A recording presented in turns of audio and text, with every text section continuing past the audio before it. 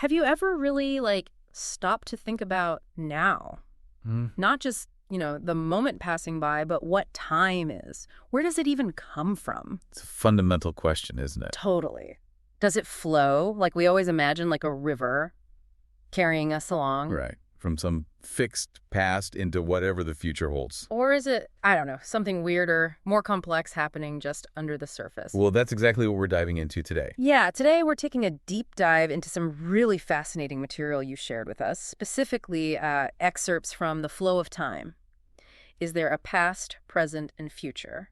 By Philip Randolph Lillian from 2024. A very recent perspective. Exactly. And our mission really is to unpack these pretty groundbreaking ideas about time, reality, consciousness. Giving you a shortcut, maybe? Hopefully, a shortcut to understanding this perspective. Because, let's face it, for centuries, physicists, philosophers, they've all wrestled with time. Oh, absolutely. Does it flow? Is it static? What is it? Okay, let's unpack this. So, historically, you kind of got two main camps, right? Right.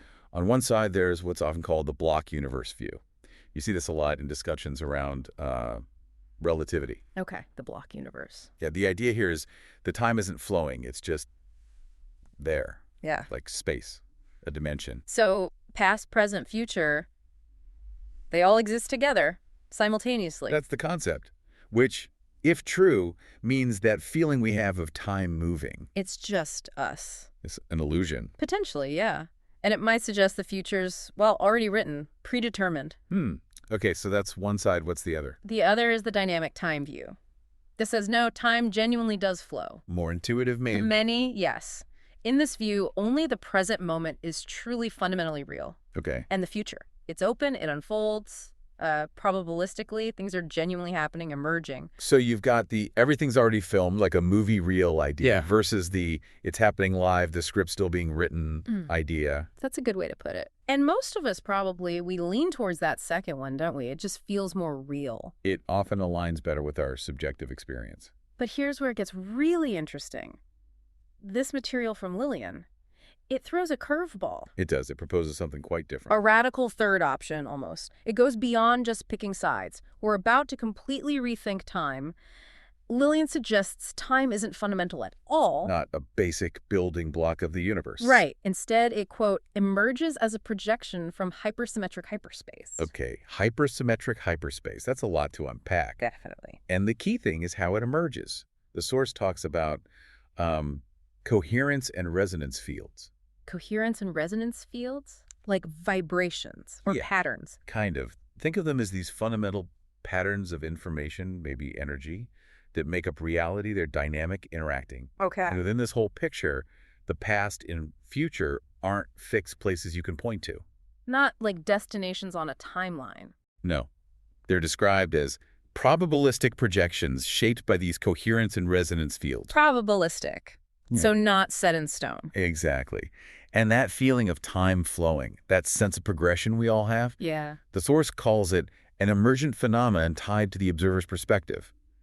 It happens because of transitions in coherence across multi-vector time axes. Whoa, okay. Multi-vector time axis, so not just one line. Apparently not. Imagine it less like a single river and more like maybe a complex fabric with threads going in many directions. Banka, like a weave. Yeah. And the flow is like a pattern appearing on that fabric as the threads shift alignment. It's the changing coherence, not the fabric itself moving forward. That idea of emergence is really clicking now. Like, a pattern on a rug isn't in one single thread. Right. It comes from how all the threads interact. Or music emerging from individual notes played together. Precisely. It's not a basic ingredient. It's something that appears from deeper interactions. So if time itself is an emergent pattern, what about now? The present moment. Ah, yes. This leads us straight into this really core paradox of now. Paradox. Yeah, the source makes a crucial distinction between what it calls the experiential now. What we feel right now. Exactly. What you consciously perceive as the present. But here's the kicker. Uh-oh. It's, quote, already past by the time it reaches conscious awareness. Wait, what? How? Neurological delay. Mm-hmm. Our brains take a tiny fraction of a second to process sensory input and construct our conscious experience. Well, the now I'm feeling right now, actually already happened. According to this, yes. Yeah. It's a reconstruction of a moment that has already passed. Yeah. Your brain's essentially showing you a very, very quick replay. Wow, okay. That's weird. It is. And that's distinct from the true now. The true now. Yeah. This is the instantaneous point where reality actually emerges, where it arises, But we can't perceive it. completely unobservable, inaccessible to us directly. Think of it like reality is a movie. The true now is the projector light flashing, creating each frame instantaneously. We only see the frame after it hits the screen, our perception. So we're always just a tiny bit behind that actual flash of creation. So much for living in the moment. My brain's constantly playing catch up. That's one way to look at it, yeah. Your perception is always lagging slightly behind the actual arising of reality. That's quite a thought. And within this framework, that true now is the dimensional intersection where hyperspace projects coherence fields. That's the point of creation. The real engine, sort of. Mm-hmm. And our experiential now is a downstream effect, a secondary effect, delayed and shaped by resonance within those fields. Okay, if our now is this delayed reconstruction, this is messing with my head. What does that even mean for the past and the future? Are they stable? Fixed? Great question. Because this framework really does challenge the whole idea of a fixed past or a fixed future. How so? Well, it actually lines up surprisingly well with some ideas from quantum mechanics. No. Like how the future in quantum physics often seems probabilistic. It depends on observation, on wave function collapse, rather than being predetermined. Okay. So in this view, the past isn't like a dusty old library of events. Not a static recording. No. It's defined as a memory pattern encoded in the resonance of coherence fields. A pattern again, encoded in those fields. Does that mean? It means the past isn't entirely fixed. It's dynamically influenced by the present moment's coherence. Whoa. Okay. And the future. Similarly, it's described as a probabilistic potential encoded in the same fields not yet resolved. So a range of possibilities, not one set path. Exactly. A spectrum of potentials branching out from the now. The implication there is huge. Reality is, what did it say? Not fixed, but dynamically emergent from hypersymmetric hyperspace. Precisely. Which really bolsters the case for, well, genuine free will, indeterminism. The future isn't set. This raises an important question, though. If the past isn't totally fixed and the future is open, what does that mean for our choices, our agency? How much influence do we have? Well, if we tie all this together, the big picture suggests that time does not flow as traditionally conceived, that whole river idea. Maybe not. So what is it then? Instead, reality emerges moment by moment as the real now. This real now is seen as a unifying construct projected from hypersymmetric hyperspace. Okay, so it's all about this constant emergence in real now. Right. And this model gives us a kind of unified structure for time. It has components. First, there's the real now. The unobservable creation point. Exactly. The emergent unitary now. The intersection of coherence fields. That's the foundation.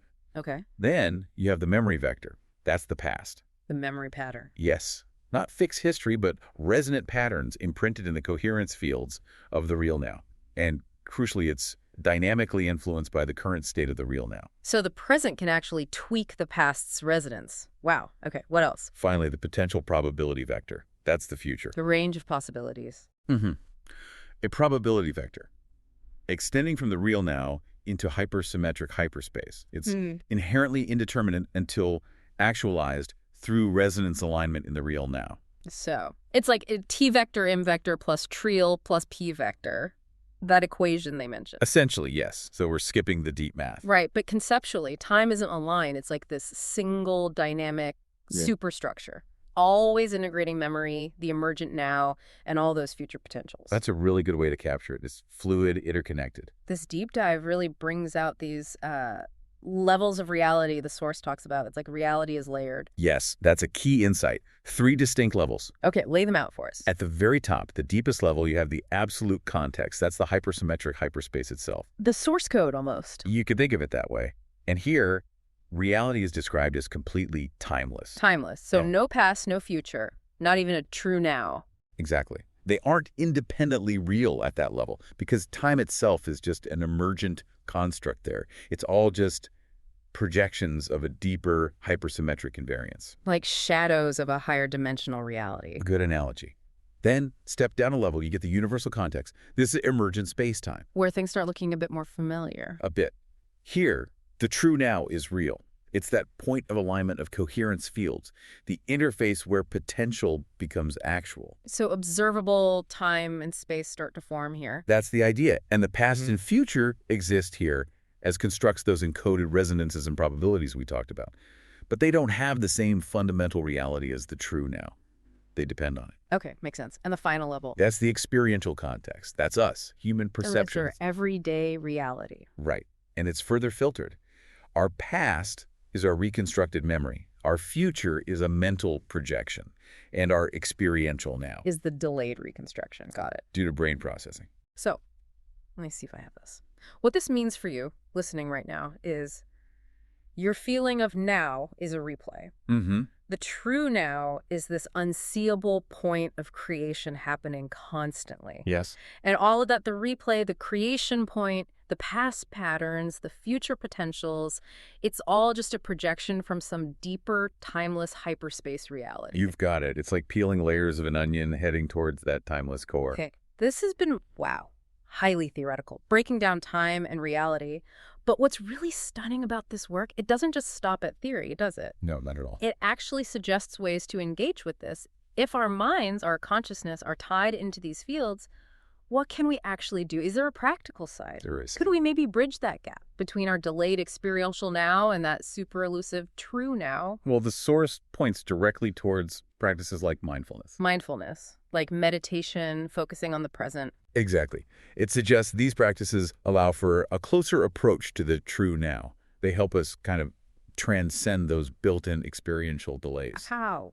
How would that work? The idea is that mindfulness helps to align one's internal coherence fields more closely with the emergence point of reality. Aligning our internal vibrations, sort of, with the source. Something like that.